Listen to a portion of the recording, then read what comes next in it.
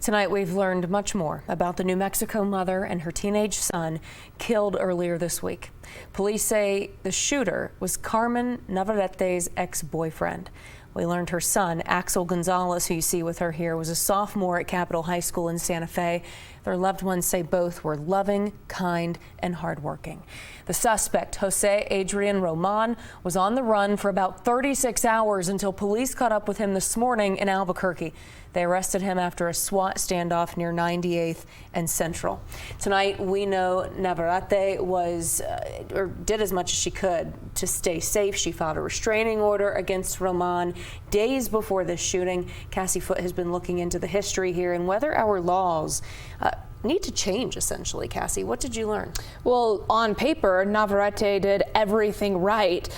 Court documents show she reported alleged abuse by Roman to police after they broke up. She then filed a restraining order, but it obviously wasn't enough. Police say Roman took a gun from a relative's home and shot Navarrete and her son. Our public safety expert says this just shows we need better tools to protect victims. A New Mexico family torn apart after Carmen Navarrete and her 15-year-old son, Axel Gonzalez, were murdered Monday night. Police say Navarrete's ex-boyfriend, Jose Adrian Roman, pulled the trigger. It happened at Navarrete's home in Santa Fe, near West Alameda. Crime of domestic violence and stalking is a crime that's unlike any other. It's very sadistic. It's very predatory, and it's very focused on the victim. Paul Syke, KOB4's public safety expert, says more needs to be done for victims, especially if they're involved with someone with Roman's history. He was wanted for a felony warrant on allegations involving violence toward Navarrete when the shooting happened. We just systematically need to get better at how we conduct stalking and domestic violence investigations to include follow-up.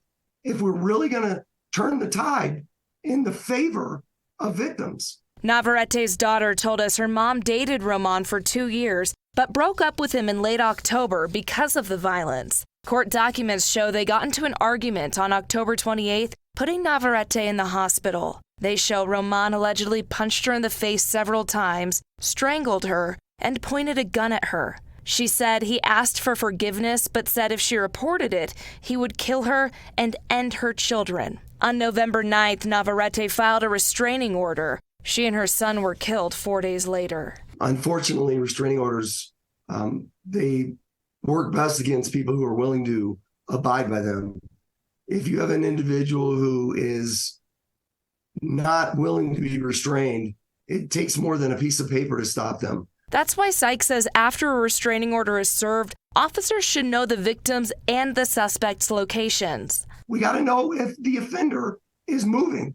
If, in that window of after you serve the restraining order could be a couple of days, but is a couple of days of surveillance worth somebody's life? Absolutely. The reality is, if we're not on the victim when the offender arrives, we're not there. We've missed the whole thing. Syke plans to go to our lawmakers this session because of cases like this. He says he wants to set money aside for advanced training for officers handling domestic violence and stalking cases. No word yet on when Roman will be in court, but he's facing more than a dozen charges, including first-degree murder. It's so awful because, like you said, she did everything that she could do. All right, Cassie, thank you.